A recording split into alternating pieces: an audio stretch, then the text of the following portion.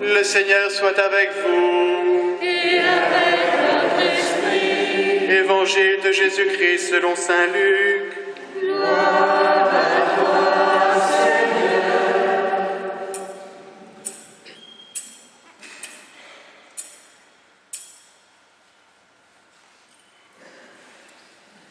En ce temps-là, les foules qui venaient se faire baptiser par Jean lui demandaient « Que devons-nous faire ?» Jean leur répondait « Celui qui a 2 vêtements, qu'il partage avec celui qui n'en a pas, et celui qui a de quoi manger, qu'il fasse de même. » Des publicains, c'est-à-dire des collecteurs d'impôts, vinrent aussi pour être baptisés. Ils lui dirent « Maître, que devons-nous faire ?» Il leur répondit « N'exigez rien de plus que ce qui vous est fixé. » Les soldats lui demandèrent à leur tour « Et nous, que devons-nous faire ?» Il leur répondit « Ne faites violence à personne, n'accusez personne à tort, et contentez-vous de votre solde. » Or le peuple était en attente, et tous se demandaient en eux-mêmes si Jean n'était pas le Christ. Jean s'adressa alors à tous. « Moi, je vous baptise avec de l'eau, mais il vient celui qui est plus fort que moi. Je ne suis pas digne de dénouer la courroie de ses sandales. Lui vous baptisera dans l'Esprit Saint et le feu. Il tient à la main la pelle à vanner, pour nettoyer son aire à battre le blé, et il amassera le grain dans son grenier. Quant à la paille, il la brûlera au feu qui ne s'éteint pas. » Par beaucoup d'autres exhortations encore, il annonçait au peuple la bonne nouvelle. Acclamons la parole de Dieu. Louange à toi, Seigneur Jésus.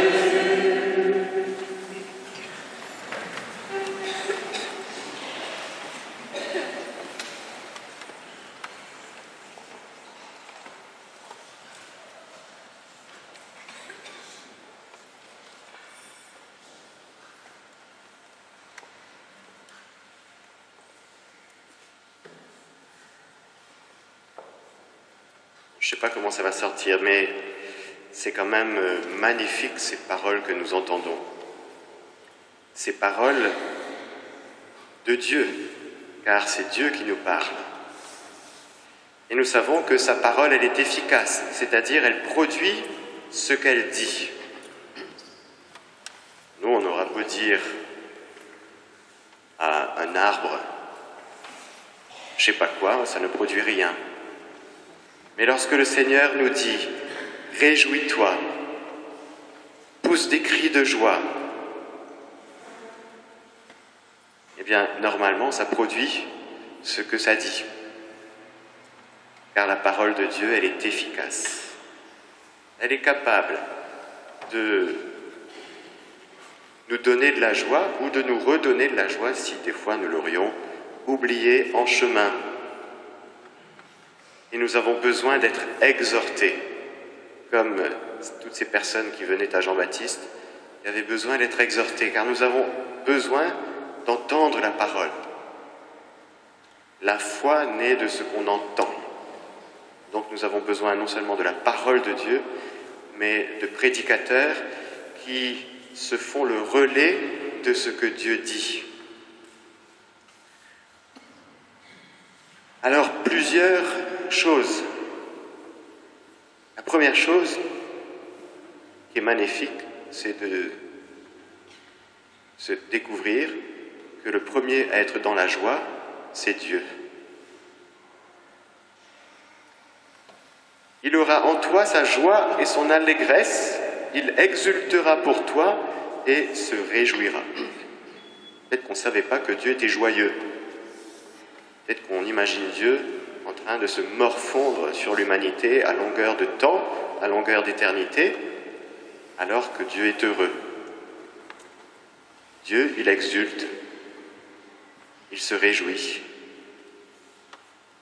Et c'est beau de voir le sujet de sa joie. Pourquoi est-ce que Dieu est heureux ?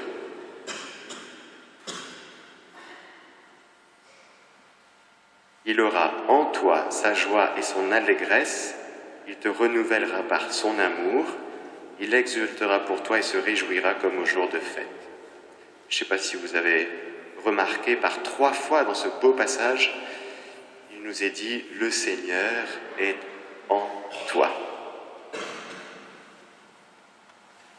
Il n'est pas à chercher derrière les nuages. Le Seigneur est en nous et c'est la joie de Dieu de venir demeurer en nous. Jésus le dira, « Si quelqu'un m'aime, mon Père l'aimera et nous viendrons chez lui et nous ferons chez lui notre demeure. » Ou dans l'Apocalypse, « Voici que je me tiens à la porte et que je frappe. Si quelqu'un entend ma voix et qu'il m'ouvre, j'entrerai chez lui et je prendrai avec lui mon repas. » Et la joie de Dieu, c'est de venir demeurer en nous. On pourrait dire, mais il est dans son ciel, il est le ciel, il n'a pas besoin d'autre chose. Et pourtant, c'est vrai qu'il n'a pas besoin d'autre chose pour être heureux que de lui-même.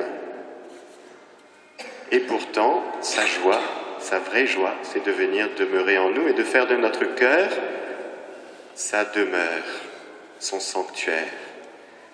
Et il est tellement reconnaissant, le Seigneur, lorsque nous lui ouvrons notre cœur, lorsque nous lui disons « Viens, je t'ouvre la petite porte sainte de mon cœur. » Nous sommes dans le Jubilé, on peut aller à toutes sortes de portes. La cathédrale de Toulon a été ouverte, bientôt ce sera Cotignac et d'autres endroits.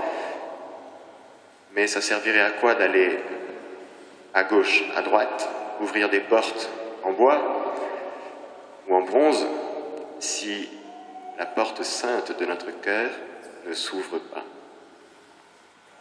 Alors aujourd'hui, donnons cette joie à Dieu et disons-lui, Seigneur, je veux que tu sois heureux et pour cela je te donne toute la place dans mon cœur.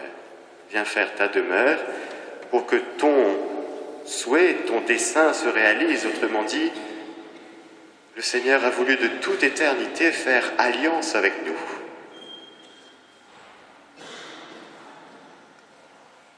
Faire un avec nous, pour que nous puissions vivre dès cette terre dans cette communion d'amour et de lumière avec lui. Cette communion d'amour et de lumière qui durera l'éternité, mais nous avons juste un petit temps sur la terre pour commencer à vivre cette aventure, cette relation d'amour avec lui. Et le Seigneur est tout heureux, je suis sûr que chacun de nos cœurs aujourd'hui dans cette messe s'ouvre, chacune de nos petites portes saintes s'ouvre et c'est la joie de Dieu de venir s'y engouffrer pour déverser en nos cœurs son amour, pour y venir déverser dans nos cœurs lui-même, pour que enfin ce ne soit plus nous qui vivions, mais que ce soit lui qui vive en nous. Et comme il est heureux, bien sûr, de ce oui et de ce fiat de Marie, on pourrait dire que ça lui suffit, mais il veut en plus de Marie que chacun de nous, nous soyons sa demeure sainte. Et ça, c'est notre première joie aussi. Notre première joie, c'est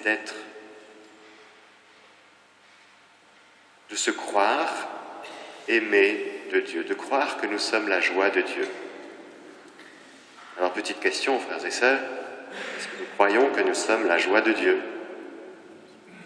Quand Dieu nous regarde, est-ce que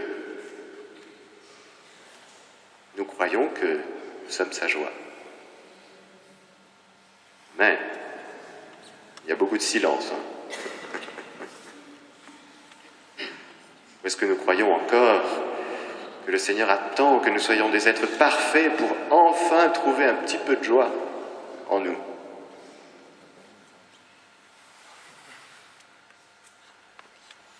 Vous voyez, ne pas ouvrir son cœur complètement, sa petite porte sainte, c'est de dire au Seigneur, par exemple, attends un peu.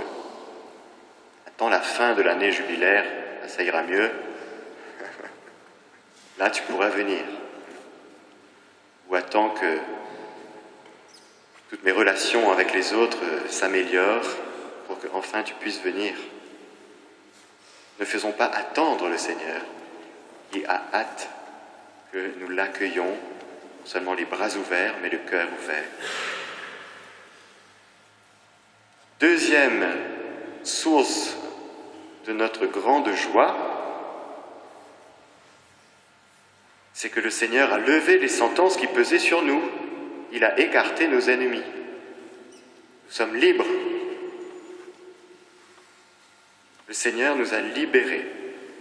Il a levé les sentences qui pesaient sur nous. Alors, il y a les sentences de notre péché. Et puis il y a toutes ces sentences que nous nous infligeons à nous-mêmes. Il y a toutes ces sentences que, en permanence, le démon voudrait, auxquelles le démon nous voudrait qu'on adhère. Mais comme dit l'Apocalypse, il est vaincu, l'accusateur de nos frères, lui qui les accusait jour et nuit devant notre Dieu. Le démon nous accuse en permanence. Ou les sentences que les autres nous envoient, en nous rappelant que nous sommes si nuls, si à côté, si je sais pas quoi, si pas assez, un peu comme les bulletins, on peut mieux faire. En progrès, mais il n'y arrivera jamais. Le Seigneur a levé les sentences qui pesaient sur nous et nous pouvons en être libérés si justement nous croyons en cette réalité. Le Seigneur nous libère de nos fardeaux, il prend sur nous nos fardeaux. Venez à moi, vous tous qui peinez sous le poids du fardeau, et je vous procurerai le repos, je vous donnerai le soulagement pour vos âmes. Et il s'agit pour nous justement de déposer nos fardeaux jusqu'à être inquiets de rien, comme nous dit saint Paul, ou plutôt comme nous dit le Seigneur à travers saint Paul, ne soyez inquiets de rien. Ah, il est complètement illuminé ce saint Paul, il est dans l'illusion. Il n'est pas du tout réaliste. Il plane, saint Paul. Comment est-ce qu'il peut nous dire « ne soyez inquiets de rien » ? Et si on regarde de près un peu la vie de saint Paul, il est emprisonné, il est calomnié, il reçoit des coups de bâton, des coups de fouet. Et il ose nous dire, parce qu'il le vit lui-même, « ne soyez inquiets de rien ».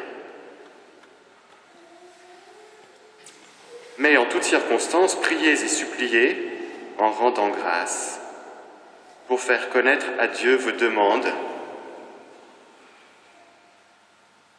C'est beau de voir qu'il allie les demandes et l'action de grâce. Autrement dit, lorsque nous avons des préoccupations, des inquiétudes, il s'agit pour nous de faire une petite demande à Dieu en lui disant « Seigneur, est-ce que tu veux bien t'en occuper, s'il te plaît ?» pour que cette préoccupation ne soit plus la mienne, mais la tienne. Voilà la demande. Et l'action de grâce, je te remercie vraiment de prendre ce truc que je n'arrive plus à gérer, que je n'arrive plus à porter. Et donc je te demande, Seigneur, comme tu es mon Père, comme tu es mon Sauveur, et comme tu as dit que tu faisais lever les sentences qui pesaient sur moi, c'est à toi. Et merci de le prendre.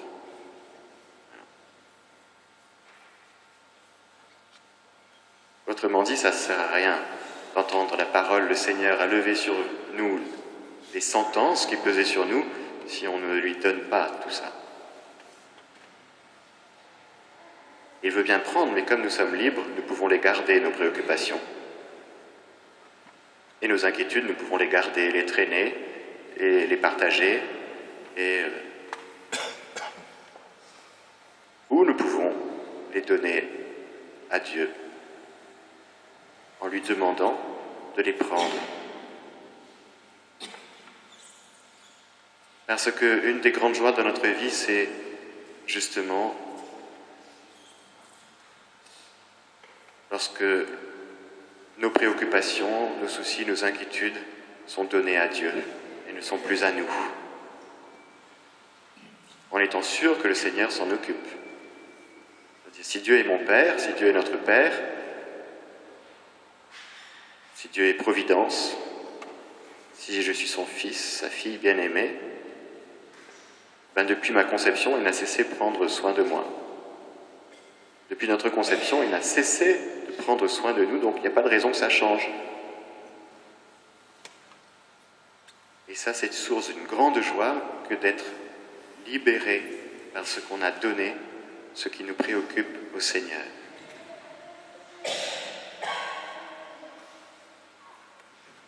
En lui disant merci de t'en occuper, parce que moi je n'y arrive plus. Je ne sais plus comment faire. Les exemples sont multiples, et nous nous connaissons un petit peu, et nous savons que nous avons matière à donner. Matière à donner au Seigneur en lui demandant « prends ça » et en lui disant « merci ».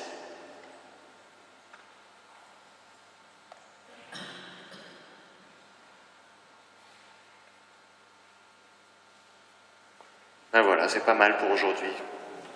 Déjà. Le reste, ce soir, dans l'homélie de ce soir. Donc, première chose, se rendre compte que le Seigneur est heureux, que nous sommes sa joie. En être sûr. Et où est-ce que nous le trouvons? C'est dans le sanctuaire de notre âme. Quels que soient les événements que nous vivons, nous pouvons toujours demeurer dans ce sanctuaire. Il ne faut jamais quitter, parce que sinon, nous sommes en danger. Demandons à Marie, elle qui n'a jamais quitté son sanctuaire intérieur, de nous apprendre à demeurer dans le nôtre. Et puis, donnons tout au Seigneur, tout ce qui nous empêche d'être libres. Toutes ces petites sentences et ces ennemis qui nous empêchent d'être complètement remis entre les mains de Dieu. Et la paix de Dieu qui dépasse tout ce qu'on peut concevoir gardera vos cœurs et vos pensées dans le Christ Jésus. Amen. Allez.